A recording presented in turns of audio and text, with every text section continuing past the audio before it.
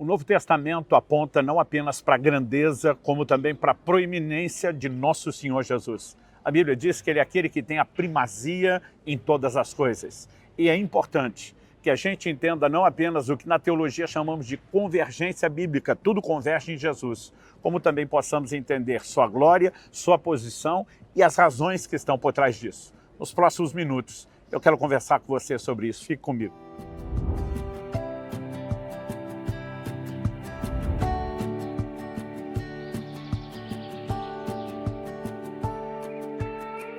Estou hoje em São Francisco, Califórnia, no Pier 39, passando para trazer mais uma palavra ao seu coração. E o nosso ponto de partida será Mateus capítulo 17. Nós lemos a partir do verso 1. 6 dias depois, Jesus tomou consigo Pedro e os irmãos Tiago e João e os levou em particular a um alto monte. E Jesus foi transfigurado diante deles. Seu rosto resplandecia como o sol e as suas roupas se tornaram brancas como a luz. E eis que lhes apareceram Moisés e Elias falando com Jesus. Então Pedro, tomando a palavra, disse a Jesus: Senhor, é bom estarmos aqui. Se o Senhor quiser, farei aqui 3 tendas. Uma para o Senhor, outra para Moisés e outra para Elias. Falava ele ainda quando uma nuvem luminosa os envolveu. E eis, vindo da nuvem, uma voz que dizia: Este é o meu filho amado, em quem me agrado. Escutem o que ele diz. Ao ouvirem aquela voz, os discípulos caíram de bruços, tomados de grande medo. Jesus aproximou-se e tocou neles, dizendo: Levantem-se e não tenham medo. Então eles, levantando os olhos, não viram mais ninguém, a não ser Jesus. Quero dar ênfase a essa frase do verso 8. Então eles, levantando os olhos, não viram mais ninguém, a não ser Jesus. A ênfase aqui é a proeminência de Cristo. Eu fico muitas vezes imaginando, lendo porções da Escritura como essa, o que foi participar dessa experiência. O que foi assistir à manifestação da transfiguração de Jesus. Seu rosto resplandecendo como o sol, suas vestes se tornando brancas como a luz. Além disso, os 2 maiores ícones e vultos do Antigo Testamento, Moisés e Elias, representando a lei e os profetas, que aparecem e falam com o Senhor Jesus. Certamente foi algo extraordinário, para lá de surpreendente. Mas quando a voz de Deus se faz ouvir, a Bíblia diz: tomar de medo, os discípulos debruçaram. E quando Jesus pede para que eles levantem, exatamente esse momento, onde eles percebem que não há mais ninguém a não ser Jesus. E é justamente essa frase: não viram mais ninguém a não ser Jesus, que preciso chamar a minha e a sua atenção. Deus tem usado ao longo do tempo formas, maneiras, processos, pessoas para engrandecer e promover a pessoa e a obra do Senhor Jesus. Mas no final das contas, o brilho é dele, a glória é dele, a honra é dele, a proeminência é toda dele. O próprio Jesus afirmou em João, no capítulo 5, no verso 39, examinais as Escrituras, porque julgais ter nelas a vida eterna, e são elas que testificam a respeito de mim. Tudo nas Escrituras, no plano e no processo redentivo, aponta numa direção: somente Ele, somente Jesus.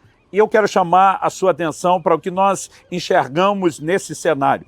Quando Marcos registrou o ocorrido, ele dá um detalhe diferente dos demais. A Bíblia diz que as suas roupas, falando de Jesus, se tornaram resplandecentes de um branco muito intenso, como nenhum lavandeiro no mundo as poderia alvejar. Ou seja, estamos falando de uma expressão de uma glória, algo sobrenatural. E eu e você precisamos, em primeiro lugar, entender o propósito da visão. Eu creio que esse é o ponto de partida. Era glorificar a Cristo, era engrandecer o nosso Senhor.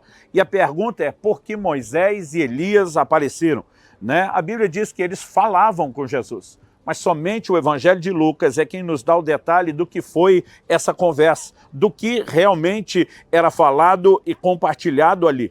Lucas capítulo 9, versos 30 e 31 diz: E eis que 2 homens falavam com ele, eram Moisés e Elias, que apareceram em glória e falavam da morte de Jesus, que ele estava para cumprir em Jerusalém. A Bíblia diz que ambos aparecem em glória e eles vêm com um propósito: falar a respeito da morte de Jesus, aquilo que estava para acontecer em Jerusalém. No entanto, quando você lê o verso seguinte, o 32, você percebe que apesar da presença desses 2 ícones do Antigo Testamento que apareceram em glória, a glória maior é enfatizada na pessoa de Cristo. Viram a glória de Jesus e os 2 homens que estavam com ele. no meio da manifestação desses dois em glória, a glória de Cristo é maior, ela prevalece, ela predomina, ela sobressai.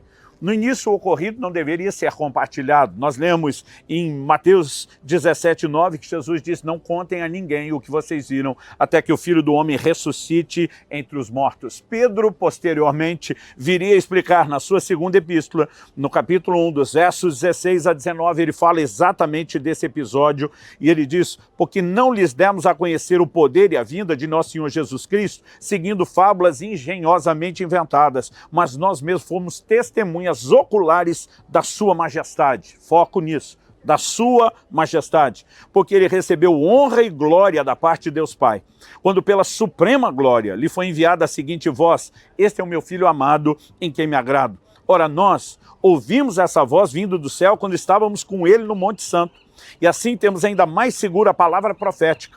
E vocês fazem bem em dar atenção a ela como uma luz que brilha em lugar escuro, até que o dia clareie e a estrela da alva nasça no coração de vocês. Nessa declaração, o apóstolo Pedro volta a enfatizar não apenas que foram testemunhas da sua majestade, ele não apenas usa a expressão da suprema glória, mas ele diz que Jesus recebeu honra e glória nessa manifestação da transfiguração. Então todo o propósito era glorificar a Jesus. Agora, observe, eu e você precisamos questionar isso: quem é mais importante?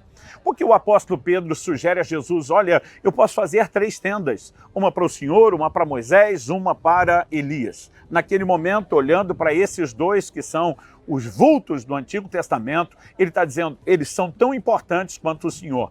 Eles merecem uma tenda assim como o Senhor merece uma. É quase como se Pedro dissesse: eu, Tiago e João podemos ficar no relento, não precisamos. Mas nós temos que honrar esses dois da mesma forma como faríamos contigo. Pedro está nivelando os dois com o Senhor Jesus, ou o Senhor Jesus com eles. E algo que eu e você precisamos entender é porque justamente esses dois aparecem, e aparecem para falar da morte de Jesus que estava para se cumprir em Jerusalém. Nós precisamos entender que Moisés representa a lei e Elias representa os profetas. O próprio Jesus afirma em Mateus, no capítulo 11, no verso 13, que a lei e os profetas profetizaram até João. Eles sinalizavam e vigoravam até que João chega como precursor de Cristo para introduzir e impulsionar o ministério de Cristo, onde haveria o cumprimento de tudo aquilo que a lei e os profetas anunciaram.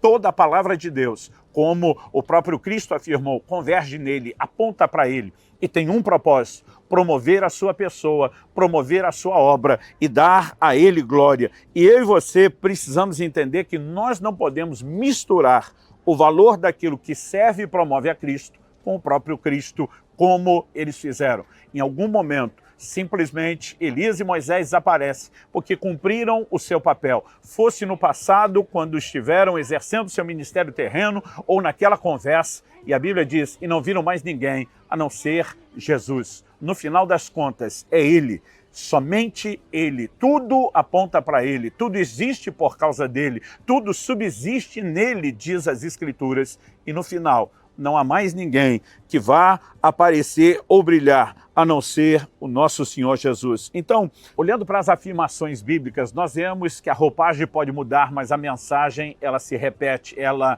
é recorrente.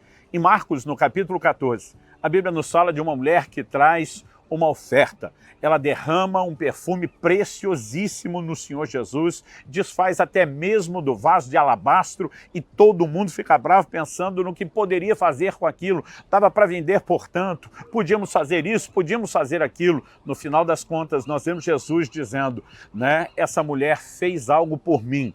Ela percebeu o que nenhum de vocês percebeu. Jesus usa a expressão: ela ungiu antecipadamente o meu corpo para a sepultura. O que é que ele está dizendo? Os judeus, depois de terem vivido por séculos no Egito, saíram com algumas práticas onde eles assimilaram a cultura dos egípcios, entre elas embalsamar seus mortos. O óleo era aplicado ao corpo depois da morte. Jesus está dizendo ela fez antes. Porque o corpo de Jesus não precisaria passar por esse processo. Havia uma profecia registrada no Salmo 16. Não deixará sua alma na morte, não permitirá que o seu corpo veja corrupção. Enquanto todo mundo olhava para a oferta daquela mulher, pensando apenas em projeto, no que poderia fazer, aquela mulher foi a única que entendeu o que Jesus estava para fazer, tem uma percepção e um discernimento e ela promove o Senhor Jesus. Nós precisamos entender que Ele é mais importante do que toda e qualquer outra coisa que possa ser feita em favor dEle, em benefício dEle, da obra dEle, e aquela mulher tem um nível de discernimento diferenciado.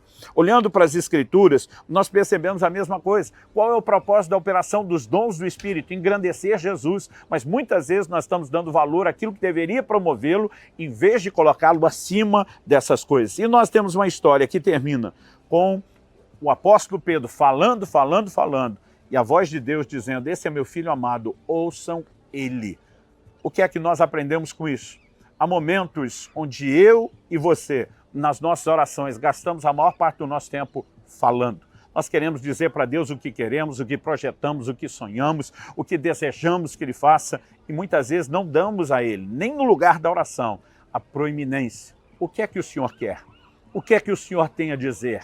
Qual é a sua vontade? Que foi exatamente o posicionamento de Jesus no Getsêmani, dizendo ao Pai, seja feita não a minha, mas a sua vontade. E acredito que quando eu e você entramos nesse lugar de compreensão da proeminência, da glória, da grandeza dele, dessa percepção, até a nossa vida de oração muda. Não se trata mais daquilo que eu e você queremos, mas se trata daquilo que Ele quer, de sintonizar com Ele, de perceber qual é a vontade dEle e simplesmente nos ajustarmos a isso. O apóstolo Paulo, quando está diante do rei Agripa, dando testemunho da sua conversão, ele diz, eu não fui desobediente à visão celestial. Sabe o que ele está dizendo?